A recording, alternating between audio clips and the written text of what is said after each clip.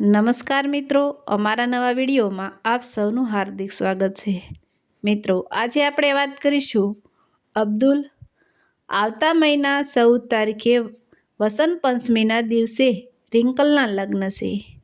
તારે મોડામાં મોડું 13 તારીખે બપોર સુધીમાં પહોંચી જવાનું છે। મારી એકની એક દીકરીના લગ્ન છે। ધામધૂમથી લગ્ન કરવાના છે। જમાઈ સુહાસ કુમાર કેનેડામાં સોફ્ટવેર એન્જિનિયર છે। 15 દિવસ પહેલાં જ બધું ગોઠવાયું છે। રિંકલ એના મામાને ત્યાં સુરત ગઈ હતી। એમાં સુહાસ કુમારની માતાએ રિંકલને જોઈ મનમાં વસી ગઈ। એણે રિંકલના મામાને વાત કરી, જોણ ગોઠવ્યું।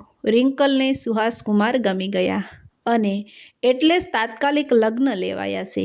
લગ્ન પછી એકાદ મહિનો સુધી સુહાસ કુમાર ભારતમાં રહેશે, પછી કેનેડા જવાના છે। એટલે તારે અને સિકીનાએ બાપ દીકરીએ 13 તારીખે આવી જ જવાનું છે। સુહાસ કુમારના મિત્રો કેનેડાથી અને દિલ્હીથી આવવાના છે। તારી શરણાઈના સૂરે મારી દીકરી વળાવવાની ઈચ્છા છે। બોલ, શેને ખુશીના સમાચાર? જગા શેઠે અબ્દુલને કહ્યું। અબ્દુલની આંખ ભીની થઈ ગઈ અને એ બોલ્યો, અરે શેઠજી, તમે ના કહો તો પણ હું તો આવું જ ને। તમે મારા શેઠ કહેવાઓ। શેઠ? તમારે તો મને હુકમ કરવાનો હોય, હુકમ। બસ, સારા સમાચાર આપ્યા, બહુ સારા સમાચાર આપ્યા।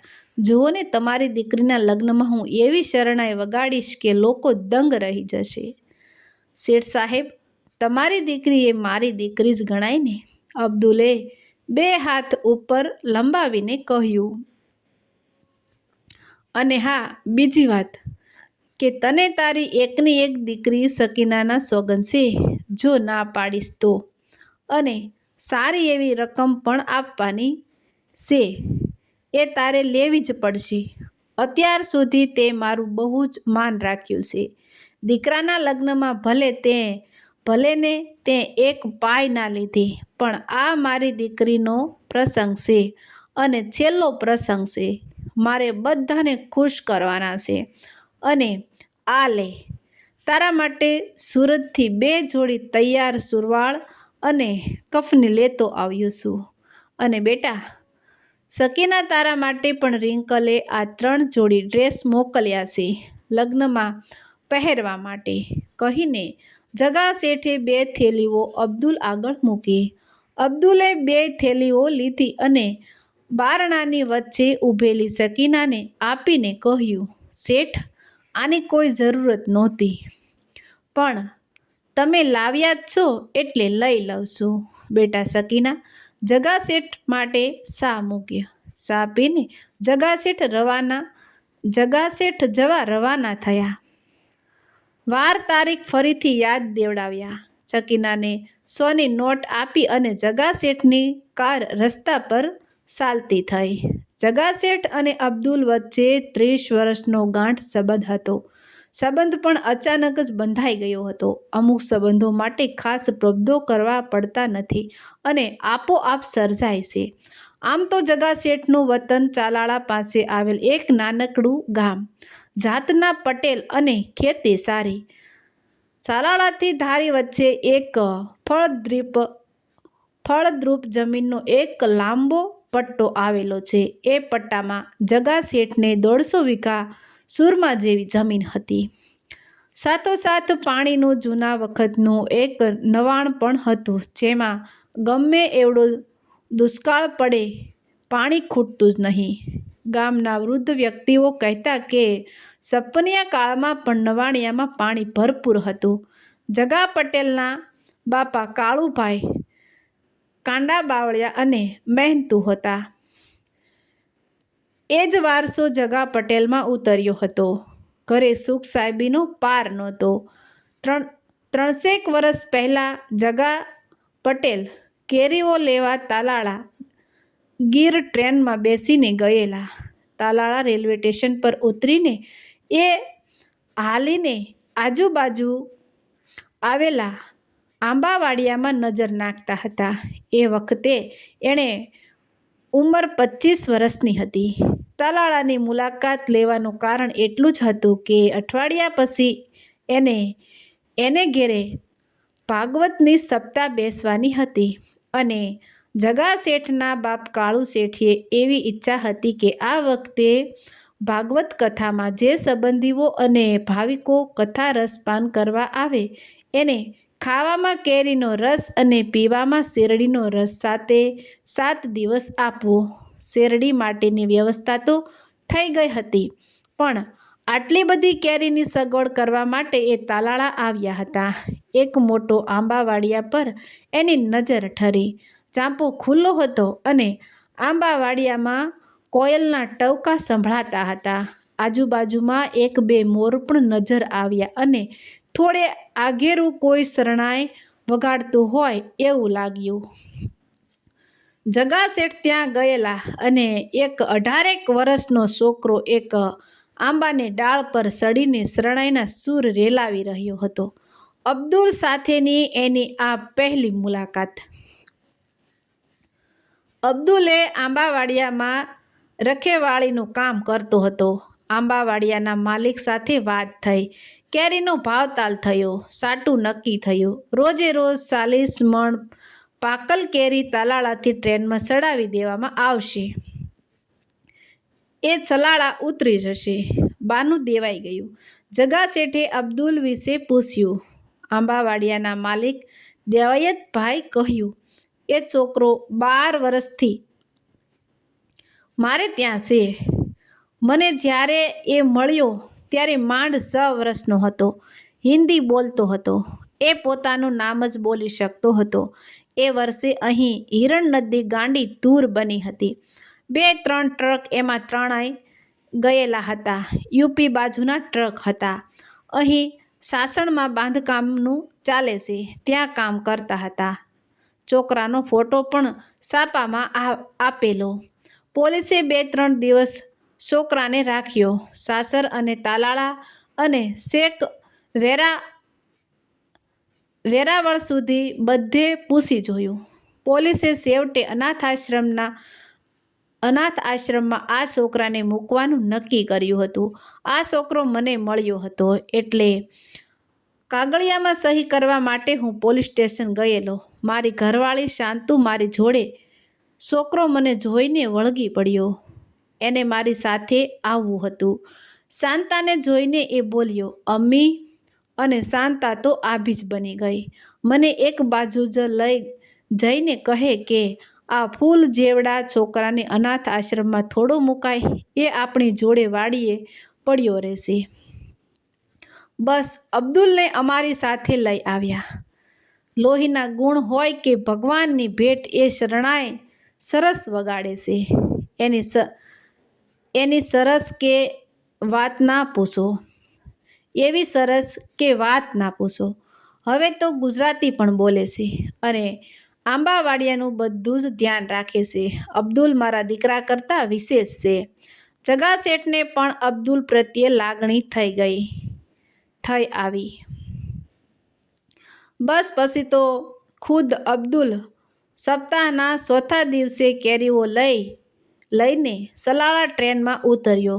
જગા શેઠ એને ઘરે લઈ ગયા.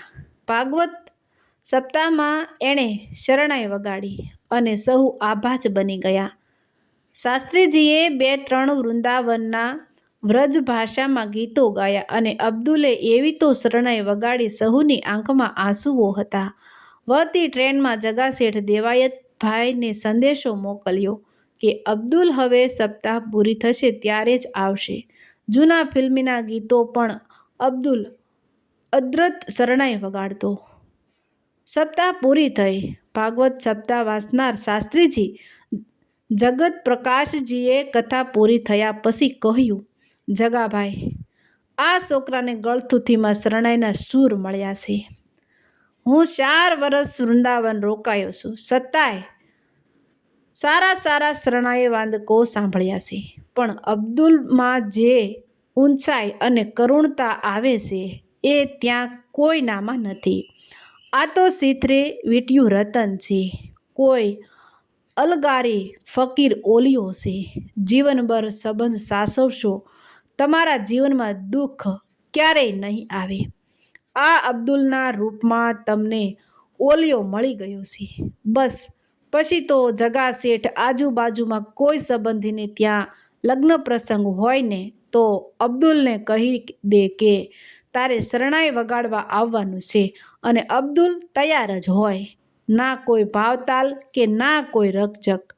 જગા શેઠ જે રકમ અપાવે એ લઈ લે, પણ એક વાતનો નિયમ કે જગા શેઠ કહે ત્યાં જ એ શરણાઈ વગાડવા જાય. બાકી કોઈ ગમે એટલા રૂપિયાની ઓફર કરે, અબ્દુલ ના હોઠ પર શરણાઈ ના જાય, એ ના જ જાય.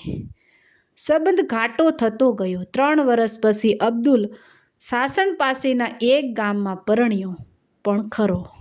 વર્ષ દિવસ પછી અબ્દુલને ત્યાં સકીનાનો જન્મ થયો. સકીના 5 વર્ષની હતી ત્યારે એની માતા ફાતિમાનું મૃત્યુ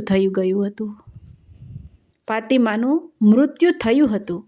જગા શેઠના દીકરાના લગ્નમાં પણ અબ્દુલ સકીના સાથે આવ્યો હતો. જાન પરણવવા મહુવા ગઈ હતી અને વરઘોડો વખતે જે શરણાઈ વગાડી, અબ્દુલે તેના પર જાનૈયા તો પાગલ થઈને નાસ્યા. પણ રસ્તે નીકળનાર મહુવાવાસીઓ પણ થંભી ગયા હતા. ખાસ તો કન્યા વિદાય વખતે અબ્દુલ બાબુલ કી દુઆએ લેતી જા જા તુજકો સુખી સંસાર મિલે. એ શરણાઈએ એટલું ઘૂંટીને કરુણ વગાડતો કે કઠણ કાળજાના લોકોની આંખમાંથી પણ રીતસરના આંસુઓ વહેવા લાગતા હતા. વાતાવરણ એટલું કરુણ બનતું કે આજુબાજુના સુનકાર અને એક ગમગીન ભર્યા સન્નાટો પસરી જતો. સમય વીતતો ચાલ્યો. દર ઉનાળે આંબાવાડીમાં પેલો ફાલ આવે એટલે 4 ટોપલા કેરીઓ લઈને અબ્દુલ દેવાયતભાઈની રજા લઈને પોતાની દીકરી સાથે 1 દિવસ માટે જગા શેઠને ત્યાં આવે. જગા શેઠની રિંકલ અને સકીના આખો દિવસ સાથે કાઢે અને વળી બીજા દિવસની ટ્રેનમાં જગા શેઠ અને સલાળાથી વિદાય આપે. શિયાળામાં લગ્ન પ્રસંગની સિઝનમાં અબ્દુલની શરણાઈ વાદનનું એડવાન્સ બુકિંગ થઈ જાય અને એ પણ જગા શેઠ પાસે જ. જગા શેઠ જ બધી તારીખો ગોઠવી આપતા. અબ્દુલ પાસે હવે સારા પ્રમાણમાં પૈસા આવતા હતા. તેમ છતાં એ પૈસો એણે પોતાના માટે ક્યારેય વાપર્યો નહોતો. બધા દીકરીને જોઈને એટલા ખપ પૂરતા પૈસા એ રાખીને બાકીના પૈસાની ખેરાત કરી દે. દર શુક્રવારે એ મસ્જિદની બહાર જરૂરિયાતમંદ લોકોને ખાવાનું કે કપડાં વહેંચતો હોય, અથવા તો તાલાળાથી નીકળતી ટ્રેનમાં જે કોઈ ફકીર સાધુ કે જરૂરિયાતમંદ લોકો મળી આવે એને યથાશક્તિ મદદ કરે. રહેવાનું તો આંબાવાડીમાં જ. ઘણા વર્ષો સુધી કાસા મકાનમાં રહ્યા પછી એક વખત દેવાયતભાઈ બરાબરના ખીજાયા પછી માંડ અબ્દુલે સારું કહી શકાય એવું મકાન કરેલું. બસ સવાર સાંજ નમાજ, આંબાવાડિયાનું ધ્યાન, પોતાની દીકરી સકીના અને શરણાઈ. અબ્દુલના જીવનનો ચતુષ્ટકોણ અહીં જ પૂરો થઈ જતો હતો. લગ્નની તારીખ નજીક આવી જતી હતી. તડામાર તૈયારીઓ ચાલતી હતી. 8 તારીખે વળી જગા શેઠ એક માણસને તાલાળા મોકલી આપ્યો અને અબ્દુલને કંકોત્રી પહોંચાડી. શેઠ સાહેબને કહેજો કે ચિંતા ના કરે, હું 13 તારીખે આવું છું. અહીંયા ધરપત રાખે, અબ્દુલે કહ્યું. 13 તારીખે રાતે 8 વાગે સલાળાના રેલવે સ્ટેશન પર અબ્દુલ ઉતર્યો. જગા શેઠે આપેલ સુરવાલ પહેર્યો હતો. માથે રાજસ્થાની પાઘડી હતી. અબ્દુલની શરણાઈ પર નવા નકોર ફૂમતા બંધાયેલા હતા. શેઠ તો મોટો દીકરો હરેશ અને લેવા આવ્યો હતો. ચાચા, સકીના ના આવી? ના દીકરા, એ એના મામાના ઘરે ગઈ છે. કાલે બપોર સુધીમાં આવી જશે. કેમ ચાલશે દીકરા? કેમ ચાલે છે દીકરા લગ્નની તૈયારી? બધું હેમખેમ તો છે ને?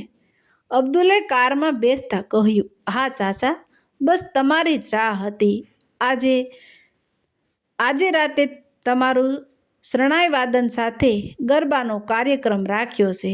ઘણા લોકો તમારી શરણાઈ વાદન સાંભળવા ઉત્સુક છે. જાન આજ બપોરે જ આવી ગઈ છે. આપણી જૂની વાડી છે ને ત્યાં 10 વીઘામાં મંડપ ગોઠવ્યો છે. પણ માણસો જ એટલું આવ્યું છે ને કે લગભગ એ પણ ભરાઈ જશે. એ તો બધું બેટા જગા શેઠને આભારી છે. જગા શેઠ જેવો માણસ વલ્લો માણસ ભાગ્ય જ જોવા મળે. પારકી ચટ્ટીનો જાગતલ માણસ છે તારા બાપા. સંબંધ નિભાવે જાણે એવો માણસ છે. વાત ચાલતી રહી. ગાડી ગામમાં પ્રવેશી. જગા શેઠના ઘેરે જ અબ્દુલને ઉતારો આપ્યો. અબ્દુલે કહ્યું, મને તો વાડીએ જ ફાવશે. અહીં તમારે મહેમાન હોય અને કપાણ થાય. પણ જગા શેઠ બોલ્યા, તારા જેવો સુવાણવાળો ભાઈબંધ હોય ન્યા કપાણ આવી રહી ભાઈ. જગા શેઠ અબ્દુલને ભેટી પડ્યા. આડાઅવળી વાતો થઈ. રાતે રાસ ગરબાનો કાર્યક્રમ ગોઠવાયો. રિંકલ આવી જમાઈ સાથે. અબ્દુલ ચાચાને ખુદા તાલાની બંદગી કરતા 2 હાથ જોડીને કહ્યું, સદા સુખી રહે મારા દીકરા. રાતે ગરબા રાસ પૂર બહારમાં જામ્યા. અબ્દુલની શરણાઈ આજ અદ્ભુત રસ વહાવતી હતી.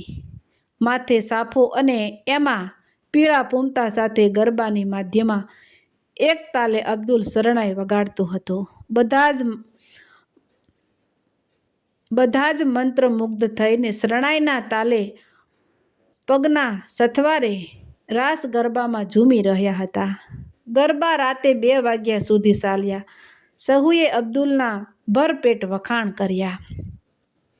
સવારે વરઘોડામાં પણ અબ્દુલે જમાવટ કરી દીધી. જાનૈયાઓ મન મૂકીને ફિલ્મના ગીતના સહારે નાચ્યા. અબ્દુલ આજે વરઘોડામાં પહેલી વાર ધીમે ધીમે થિરકતો હતો. વારે ઘડીએ એ સુહાસને લળીને માન આપતો હતો. વરઘોડો મંડપે પહોંચ્યો. રિંકલના પરણેતર શરૂ થયા. અબ્દુલ મંડપ સામે બેસી ગયો. કન્યાદાનનો સમય આવ્યો. અબ્દુલે એક થેલીમાંથી સોનાના ઘરેણાં કાઢ્યા અને જગા શેઠ સામે જઈને 2 હાથ જોડ્યા. શેઠ, તમારે કોઈ કમી નથી. હું લાવ્યો છું એ કાંઈ નથી. બસ રિંકલ દીકરા માટે આટલું જ લાવ્યો છું. આ લહાવો લેવા દેજો મને આજે, કહીને ભીની આંખે રિંકલ સામે ઘરેણાં મૂક્યા. એમાં એક ઘડિયાળ પણ હતું.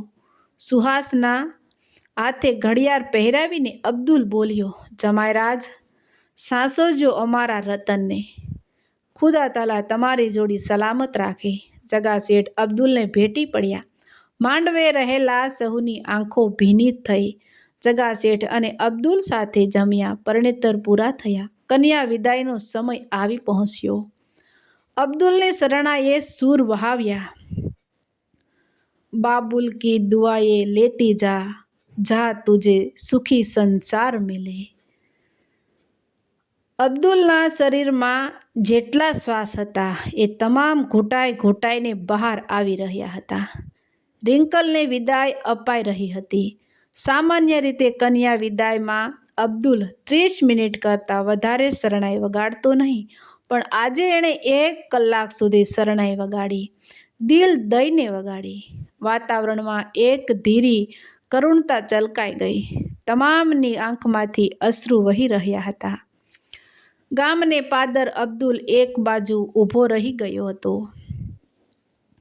રિંકલ અને સુહાસકુમારે વિદાય લીધી અને જગા શેઠનો એક છેલ્લો પ્રસંગ ધામધૂમથી ઉકલી ગયો. સહુ પાછા કામમાં લાગી ગયા. આજે 8 વાગ્યે જગા શેઠે એના દીકરા હરેશને પૂછ્યું, અબ્દુલ ક્યાં ગયો? દેખાતો નથી. કદાચ થાકીને સૂઈ ગયો હશે. ક્યાં છે એ તો તરત જ નીકળી ગયો હતો. રિંકલની વિદાય થઈ ત્યારે મને કીધું કે શેઠને વાત ના કરતા, મારે ઉતાવળ છે. પછી નિરાંતે આવીશ. તમે વ્યવસ્થા કરી દો એટલે મેં એક કારમાં એની જવાની વ્યવસ્થા કરી દીધી છે. એ કાર પણ હમણાં જ તાલાળા એને મૂકીને આવતી જશે. મારો ખરો કહેવાય, પણ એણે રંગ રાખી દીધો એ વાત પાકી છે. બધા એની શરણાઈના સૂર સાંભળીને ખૂબ જ ખુશ હતા અને એણે રિંકલને પણ ઘણું આપ્યું છે. જમાઈને પણ ઘડિયાળ આપી છે. હવે આવતે વર્ષે એની દીકરીની શાદી છે, એનો તમામ ખર્ચ આપણે ઉઠાવવાનો છે. ત્યાં અબ્દુલને મૂકીને કાર પાછી આવી. કારમાંથી હરેશનો ભાઈબંધ ઉતર્યો અને સીધો આવીને ઝપાટાભેર બોલી ઉઠ્યો, હરેશભાઈ, ભારે થઈ છે. હું અબ્દુલને લઈને તાલાળા પહોંચ્યો. રેલવે સ્ટેશન પર જ એ ઉતરી ગયો અને મને કહે કે હું ચાલીને જતો રહીશ. મને શા પાઈ સ્ટેશન પર અને એ જતો રહ્યો. હું એને ઘર સુધી મૂકવા જવાનો હતો, પણ એને ના પાડી અને કીધું કે રસ્તો ખરાબ છે, રસ્તાનું રિપેરિંગ કામ હાલે છે. એ ગયા પછી શાહવાળાએ જે વાત કરી એ સાંભળીને હું થથરી ગયો.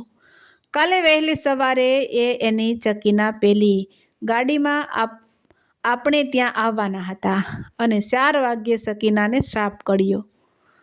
સકીના થોડી જ વારમાં મૃત્યુ પામી. આંબાવાડિયાના માણસો ભેગા થઈ ગયા. આજુબાજુમાં બધે જ આ સમાચાર સાંભળીને અરેરાટી ફેલાઈ ગઈ. સકીનાની દફનવિધિ કરીને એ 3 વાગ્યે નવા કપડાં પહેરીને સ્ટેશન પર આવી ગયો આપણે ત્યાં. અને રેલવે સ્ટેશન પર એની સાથે દેવાયતભાઈ હતા. એને કહેતો હતો, દેવાયતભાઈ, જે થવાનું હતું એ થયું. જગા શેઠને ત્યાં જવું પડશે, એમાં નહીં હાલે. એને કોઈ વાતની ખબર ના પડવી જોઈએ, નહીતર એનો પ્રસંગ બગડશે. ખુદા તાલાને જે ગમ્યું એ સકીનાને વળાવવાની આ હાથે ઈચ્છા હતી, પણ હવે રિંકલને વળાવી આવું. ત્યાં સુધી ઘર સાચવજો. આમ તો હવે સાચવવા જેવું કાંઈ બસ્યું તો નથી, પણ તોય મહેમાનો તો આવશે જ. નાનો હતો ત્યારે જેવી રીતે મને સાચવ્યો હતો, બસ હવે એક દહાડો આવી જ રીતે સાચવી લેજો. અત્યારે હું નહીં જાઉં તો જગા શેઠ ગાડી લઈને કોઈને તેડવા મોકલશે અને ખબર પડી જશે તો લગ્ન અધૂરા રહેશે. હોટલવાળો આ વાતચીત સાંભળતો હતો. એણે મને આમ કહ્યું, પણ માણસ કઠણિયો ખરો. દીકરીનું મૃત્યુ થયું હોવા છતાં મોઢા પર એક રેખા ના બદલાણી અને શરણાઈ વગાડીને પ્રસંગ દીપાવી દીધો. જગા શેઠની આંખોમાંથી આંસુ વહી રહ્યા હતા. આટલા આંસુ તો રિંકલને વળાવીને ત્યારે પણ નહોતા આવ્યા. હરેશ, ગાડી લઈને ચાલ, મારે અત્યારે તાલાળા જવું છે. હું હવે ત્યાં રોકાઈશ. એમની દીકરીની તમામ વિધિ પૂર્ણ થશે જ આવીશ. જગા શેઠ બોલીને સીધા જ કારમાં બેસી ગયા. રાતના 1:30ના સુમારે કાર તાલાળામાં આવેલા દેવાયતભાઈના આંબાવાડીએ પહોંચી. અબ્દુલની આગળ 4-5 માણસો બેઠા હતા. શેઠે ગાડીમાંથી ઉતારીને સીધી જ દોટ મૂકી. અબ્દુલને ભેટીને શેઠ રોઈ પડ્યા, સ્વસ્થ થયા. પછી બોલ્યા, આવું થયું ને તોય તું આવ્યો? ભલા આદમી, જાણતો કરાય ને. ખુદા તાલાની જેવી મરજી શેઠ. ખુદાએ મને 1 વર્ષ વહેલા દીકરી વળાવવાનું સુખ આપી દીધું. બસ રિંકલ જ મારી સકીના છે શેઠ. મનમાં કોઈ ફરિયાદ નથી. જેવી મારી મનની ઈચ્છા હતી એવી જ રીતે દીકરીને વિદાય આપી દીધી છે. ખુદા સામે કોઈ જ ફરિયાદ નથી. શું હતું મારી પાસે? ખુદાએ જ આ બધું આપ્યું છે અને જેણે આપ્યું એ જ બધું લઈ લે, એમાં ફરિયાદ શાની? આજ તો જીવન છે શેઠ, આજ તો જીવન છે. ડુસકા ભરતા ભરતા છેવટે અબ્દુલ છાતી ફાટ રોઈ પડ્યો. જગા શેઠ ત્યાં રોકાઈ ગયા.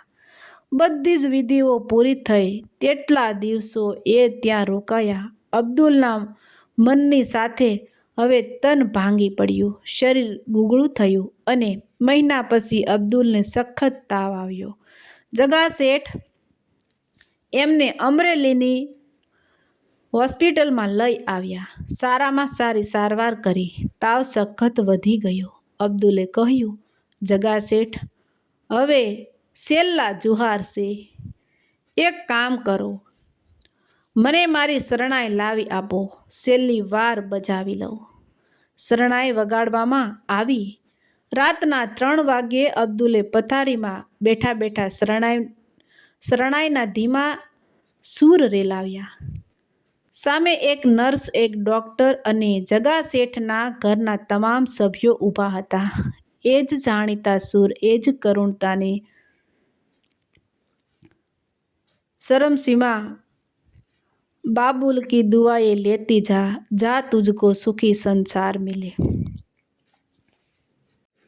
થોડીવાર પછી શરણાઈના સૂર મંદ થતા ગયા અને અબ્દુલના શ્વાસોશ્વાસ પણ. અબ્દુલ અને એની સુરાવલીએ એકી સાથે વિદાય લીધી. તો મિત્રો, કેવી લાગી આ વાત તે તમારો પ્રતિભાવ કોમેન્ટમાં જરૂરથી જણાવજો મિત્રો. તો મિત્રો, મળશું એક નવા વિડીયો સાથે. ત્યાં સુધી આવજો.